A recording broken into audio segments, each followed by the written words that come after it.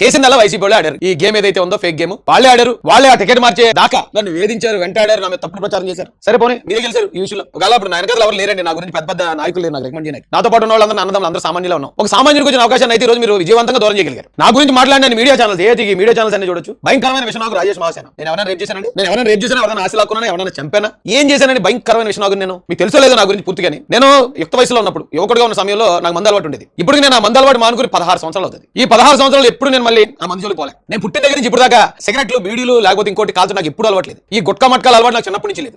ఇంకా విషయానికి వస్తే నాకు ఇల్లీగల్ అఫైర్లు లేవు. ఆడవాళ్ళతో పులిహోర కలపడం, ఆడవాళ్ళు చెప్తే కితకలు పెట్టుకోవడం అలాంటి వీక్నెస్ నాకు లేవు. నాకు పెళ్లి 2008లో పెళ్ళైంది. అప్పటి నుంచి నేను ఆ సంసారానికి, భార్యకి, పిల్లలకి కట్టుబడిన వ్యక్తిని. ఇప్పుడు నాతో పాటు మహాశాలలో చాలా మంది కూడా ఉన్నారు. వాళ్ళకి అంతకుముందు చిన్న చితక తాగుడు అలవాటు ఉన్న అలవాట్లని అనిపించిన వ్యక్తి నేను. నా ముందు ఎవరైనా సిగరెట్ కాల్చాలన్నా భయపడతారు. ఎవరైనా అలాంటి తప్పుడు పనులు చేయడానికి భయపడతారు. తప్పుడు పనులు ఎవరు చేయనివ్వను నేను. అలాంటి నన్ను ఒక దుర్మార్గుడిగా, దోషిగా చిత్రీకరించారండి ఈ రోజున. విజయవంతంగా చేశారు. ఆ విషయంలో అయితే మాత్రం వైసీపీ వాళ్ళకి నేను క్లాస్ కొడతాను.